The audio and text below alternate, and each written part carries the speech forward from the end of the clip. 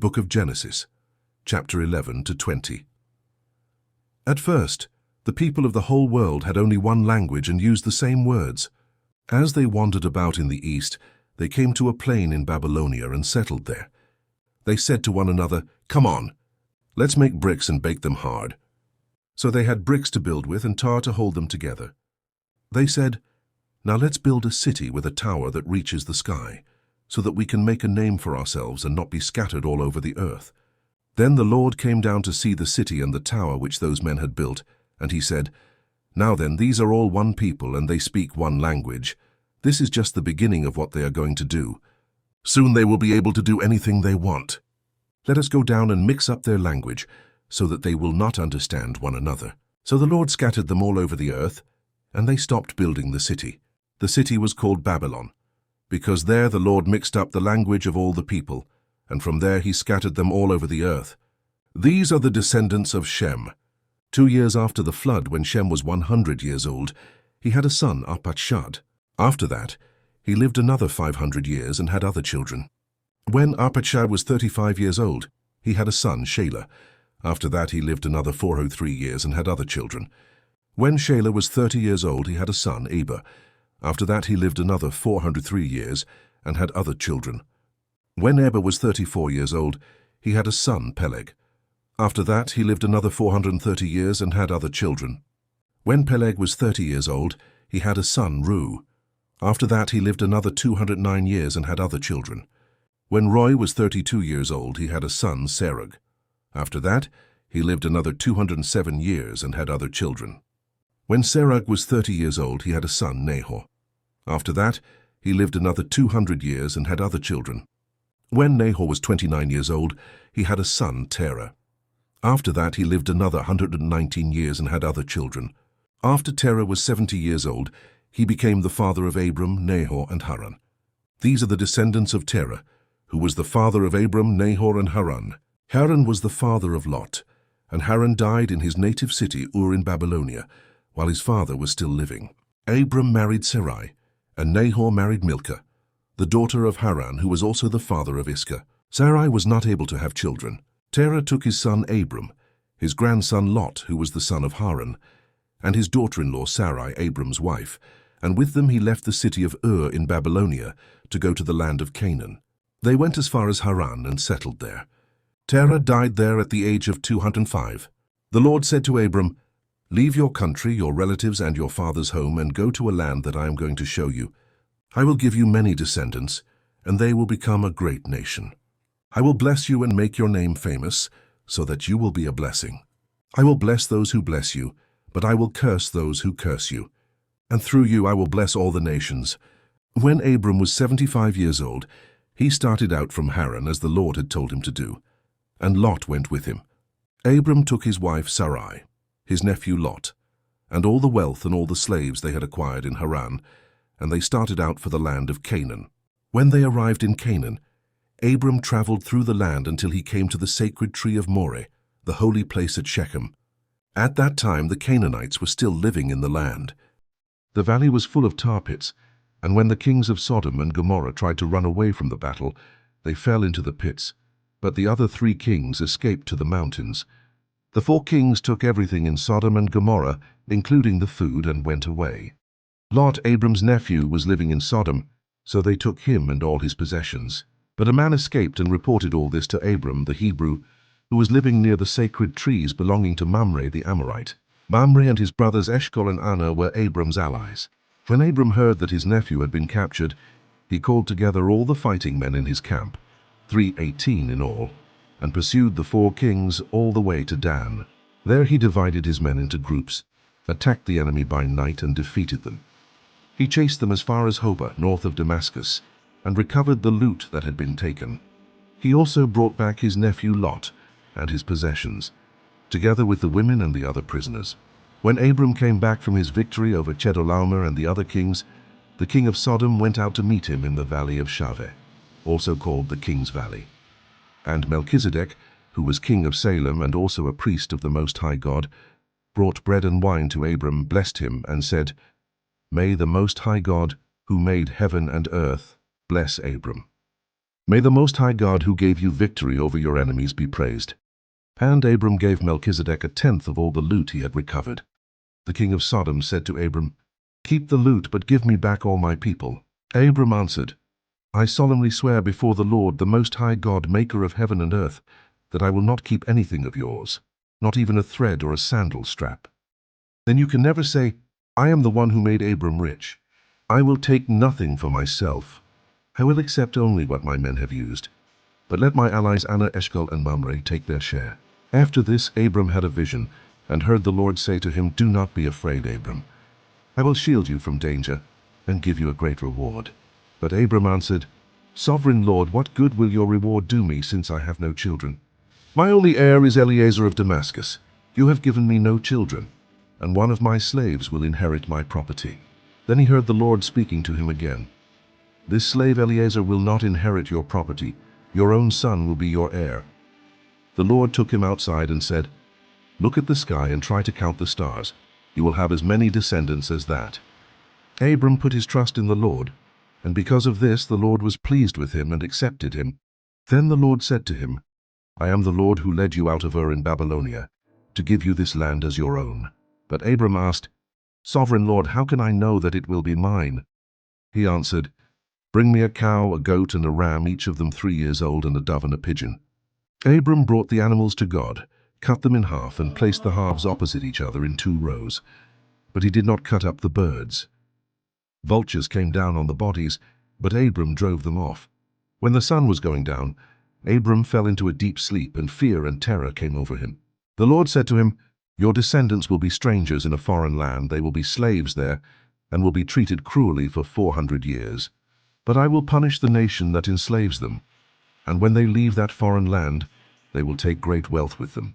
You yourself will live to a ripe old age, die in peace, and be buried. It will be 4 generations before your descendants come back here, because I will not drive out the Amorites until they become so wicked that they must be punished."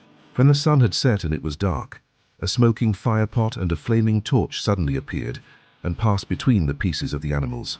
Then and there the Lord made a covenant with Abram. He said, "I promise to give your descendants all this land from the border of Egypt to the river Euphrates, including the lands of the Kenites, the Kenizzites, the Cadmonites, the Hittites, the Perizzites, the Rephaim, the Amorites, the Canaanites, the Girgashites, and the Jebusites." Abram's wife Sarai had not borne him any children, but she had an Egyptian slave woman named Hagar. And so she said to Abram, "The Lord has kept me from having children. Why don't you sleep with my slave? Perhaps she can have a child for me." Abram agreed with what Sarai said. So she gave Hagar to him to be his concubine. This happened after Abram had lived in Canaan for 10 years. Abram had intercourse with Hagar, and she became pregnant. When she found out that she was pregnant, she became proud and despised Sarai. Then Sarai said to Abram, "It's your fault that Hagar despises me. I myself gave her to you, and ever since she found out that she was pregnant, she has despised me. May the Lord judge which of us is right, you or me." Abram answered, "Very well, she is your slave and under your control. Do whatever you want with her." Then Sarai treated Hagar so cruelly that she ran away. The angel of the Lord met Hagar at a spring in the desert on the road to Shur and said, "Hagar, slave of Sarai, where have you come from and where are you going?" She answered, "I am running away from my mistress." He said, "Go back to her and be her slave." Then he said, "I will give you so many descendants that no one will be able to count them. You are going to have a son, and you will name him Ishmael, because the Lord has heard your cry of distress. But your son will live like a wild donkey. He will be against everyone, and everyone will be against him. He will live apart from all his relatives." Hagar asked herself, "Have I really seen God and lived to tell about it?" So she called the Lord who had spoken to her, a God who sees. That is why people call the well between Kadesh and Bered, the well of the living one who sees me. Hagar bore Abram a son, and he named him Ishmael. Abram was 86 years old at the time. When Abram was 99 years old, the Lord appeared to him and said, "I am the Almighty God. Obey me and always do what is right. I will make my covenant with you and give you many descendants." Abram bowed down with his face touching the ground, and God said, "I make this covenant with you. I promise that you will be the ancestor of many nations. Your name will no longer be Abram, but Abraham, because I am making you the ancestor of many nations. I will give you many descendants, and some of them will be kings. You will have so many descendants that they will become nations. I will keep my promise to you and to your descendants in future generations as an everlasting covenant. I will be your God and the God of your descendants. I will give to you and to your descendants this land in which you are now a foreigner. The whole land of Canaan will belong to your descendants forever, and I will be their God. God said to Abraham, "You also must agree to keep the covenant with me, both you and your descendants in future generations. You and your descendants must all agree to circumcise every male among you. From now on you must circumcise every baby boy when he is 8 days old, including slaves born in your homes and slaves bought from foreigners. This will show that there is a covenant between you and me. Each one must be circumcised, and this will be a physical sign to show that my covenant with you is everlasting. Any male who has not been circumcised will no longer be considered one of my people, because he has not kept the covenant with me." God said to Abraham, "You must no longer call your wife Sarai. From now on her name is Sarah. I will bless her, and I will give you a son by her. I will bless her, and she will become the mother of nations, and there will be kings among her descendants." Abraham bowed down with his face touching the ground, but he began to laugh when he thought, "Can a man have a child when he is 100 years old? Can Sarah have a child at 90? He asked God, "Why not let Ishmael be my heir?" But God said, "No. Your wife Sarah will bear you a son, and you will name him Isaac. I will keep my covenant with him and with his descendants forever. It is an everlasting covenant. I have heard your request about Ishmael, so I will bless him and give him many children and many descendants. He will be the father of 12 princes, and I will make a great nation of his descendants. But I will keep my covenant with your son Isaac, who will be born to Sarah about this time next year." When God finished speaking to Abraham, he left him. On that same day, Abraham obeyed God and circumcised his son Ishmael and all the other males in his household, including the slaves born in his home and those he had bought. Abraham was 99 years old when he was circumcised. They were both circumcised on the same day, together with all Abraham's slaves. The Lord appeared to Abraham at the sacred trees of Mamre. As Abraham was sitting at the entrance of his tent during the hottest part of the day, he looked up and saw 3 men standing there. As soon as he saw them, he ran out to meet them. Bowing down with his face touching the ground, he said, "Sirs, please do not pass by my home without stopping. I am here to serve you. Let me bring some water for you to wash your feet. You can rest here beneath this tree. I will also bring a bit of food. It will give you strength to continue your journey. You have honored me by coming to my home, so let me serve you." They replied, "Thank you, we accept." Abraham hurried into the tent and said to Sarah, "Quick, take a sack of your best flour and bake some bread." Then he ran to the herd and picked out a calf that was tender and fat, and gave it to a servant who hurried to get it ready. And he took butter and milk and the calf which he had dressed and set it before them, and he stood by them under the tree, and they did eat. And they said unto him, "Where is Sarah thy wife?" And he said, "Behold, in the tent." And he said, "I will certainly return unto thee according to the time of life, and lo, Sarah thy wife shall have a son." And Sarah heard it in the tent door which was behind him. Now Abraham and Sarah were old and well stricken in age, and it ceased to be with Sarah after the manner of women. Therefore Sarah laughed within herself, saying, "After I am waxed old shall I have pleasure, my Lord being old also." And the Lord said unto Abraham, "Wherefore did Sarah laugh, saying, Shall I of a surety bear a child which am old? Is anything too hard for the Lord? At the time appointed I will return unto thee, according to the time of life, and Sarah shall have a son." Then Sarah denied, saying, "I laughed not," for she was afraid. And he said, "Nay, but thou didst laugh." And the men rose up from thence and looked toward Sodom, and Abraham went with them to bring them on the way. And the Lord said, "Shall I hide from Abraham that thing which I do, seeing that Abraham shall surely become a great and mighty nation, and all the nations of the earth shall be blessed in him? For I know him, that he will command his children and his household after him, and they shall keep the way of the Lord to do justice and judgment, that the Lord may bring upon Abraham that which he hath spoken of him." And the Lord said, "Because the cry of Sodom and Gomorrah is great, and because their sin is very grievous, I will go down now, and see whether they have done altogether according to the cry of it, which is come unto me, and if not, I will know." And the men turned their faces from thence and went toward Sodom, but Abraham stood yet before the Lord. And Abraham drew near and said, Wilt thou also destroy the righteous with the wicked?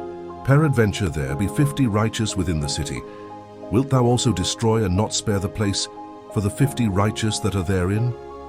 That be far from thee to do after this manner, to slay the righteous with the wicked, and that the righteous should be as the wicked, that be far from thee. Shall not the judge of all the earth do right? And the Lord said, If I find in Sodom 50 righteous within the city, then I will spare all the place for their sakes. And Abraham answered and said, Behold, now I have taken upon me to speak unto the Lord, which am but dust and ashes. Peradventure there shall lack 5 of the 50 righteous. Wilt thou destroy all the city for lack of 5? And he said, If I find there 40 and 5, I will not destroy it. And he spake unto him yet again, and said, Peradventure there shall be 40 found there. And he said, I will not do it for 40's sake. And he said unto him, O let not the Lord be angry, and I will speak. Peradventure there shall 30 be found there. And he said, I will not do it if I find 30 there. And he said, Behold, now I have taken upon me to speak unto the Lord. Peradventure there shall be 20 found there. And he said, I will not destroy it for 20's sake. And he said, O let not the Lord be angry, and I will speak yet. But this once, peradventure 10 shall be found there. And he said, I will not destroy it for 10's sake. And the Lord went his way, as soon as he had left communing with Abraham. And Abraham returned unto his place. And there came 2 angels to Sodom at even, and Lot sat in the gate of Sodom. And Lot, seeing them, rose up to meet them. And he bowed himself with his face toward the ground. And he said, Behold now, my lords, turn in, I pray you, into your servant's house, and tarry all night, and wash your feet. And ye shall rise up early, and go on your ways. And they said, Nay, but we will abide in the street all night. And he pressed upon them greatly. And they turned in unto him, and entered into his house. And he made them a feast, and did bake unleavened bread, and they did eat. But before they lay down, the men of the city, even the men of Sodom, compassed the house round, both old and young, all the people from every quarter. And they called unto Lot, and said unto him, Where are the men which came into thee this night? Bring them out unto us, that we may know them. And Lot went out at the door unto them, and shut the door after him, and said, I pray you, brethren, do not so wickedly. Behold, now I have 2 daughters which have not known man.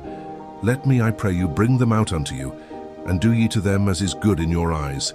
Only unto these men do nothing, for therefore came they under the shadow of my roof.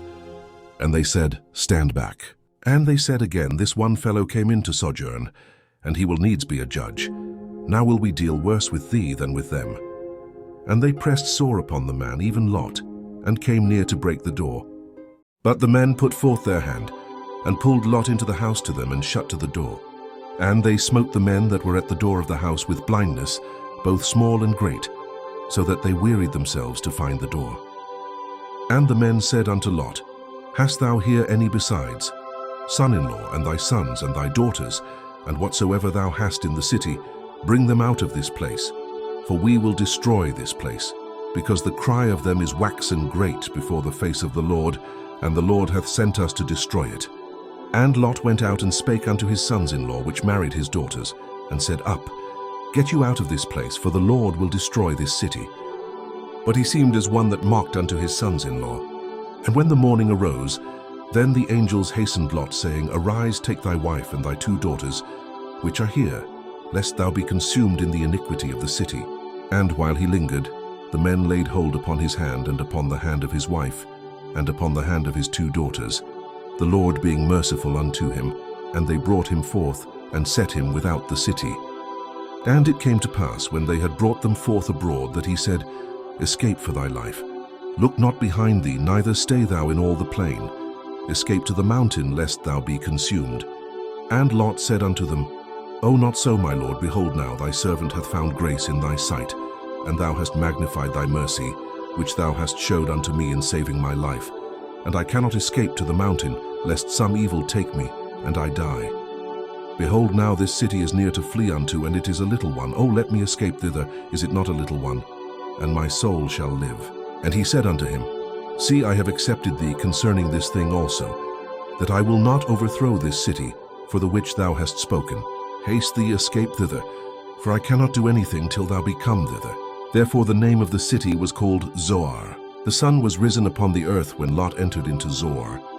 Then the Lord rained upon Sodom and upon Gomorrah brimstone and fire from the Lord out of heaven. And he overthrew those cities and all the plain and all the inhabitants of the cities and that which grew upon the ground. But his wife looked back from behind him, and she became a pillar of salt. And Abraham gat up early in the morning to the place where he stood before the Lord, and he looked toward Sodom and Gomorrah, and toward all the land of the plain, and beheld, and lo, the smoke of the country went up as the smoke of a furnace. And it came to pass, when God destroyed the cities of the plain, that God remembered Abraham and sent Lot out of the midst of the overthrow, when he overthrew the cities in the which Lot dwelt. And Lot went up out of Zoar and dwelt in the mountain, and his 2 daughters with him, for he feared to dwell in Zoar, and he dwelt in a cave, he and his 2 daughters. And the firstborn said unto the younger, Our father is old, and there is not a man in the earth to come in unto us after the manner of all the earth. Come, let us make our father drink wine, and we will lie with him, that we may preserve seed of our father. And they made their father drink wine that night. And the firstborn went in and lay with her father. And he perceived not when she lay down, nor when she arose. And it came to pass on the morrow, that the firstborn said unto the younger, Behold, I lay yesternight with my father. Let us make him drink wine this night also, and go thou in and lie with him, that we may preserve seed of our father. And they made their father drink wine that night also. And the younger arose and lay with him. And he perceived not when she lay down, nor when she arose. Thus were both the daughters of Lot with child by their father. And the firstborn bare a son, and called his name Moab. The same is the father of the Moabites unto this day. And the younger she also bare a son, and called his name Ben-Ami.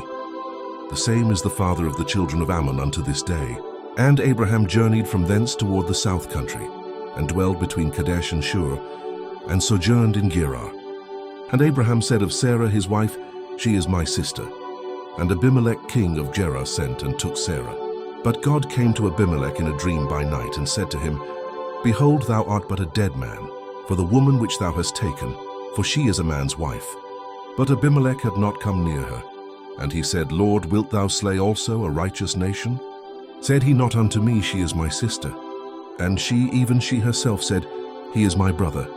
In the integrity of my heart and innocency of my hands have I done this.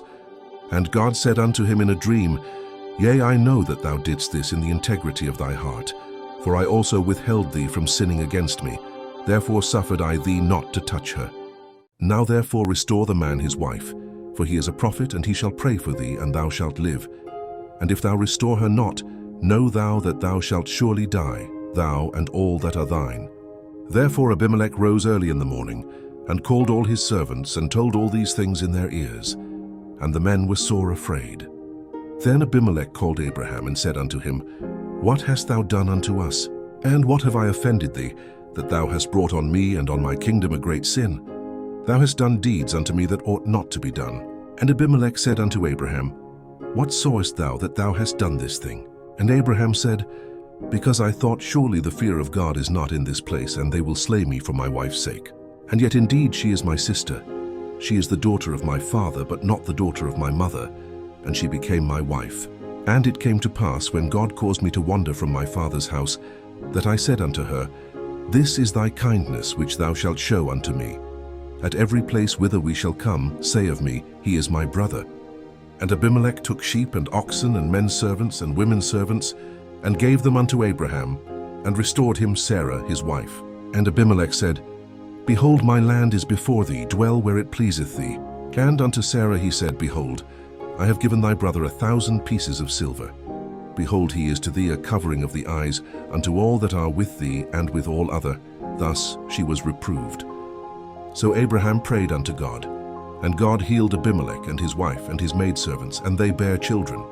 For the Lord had fast closed up all the wombs of the house of Abimelech, because of Sarah Abraham's wife.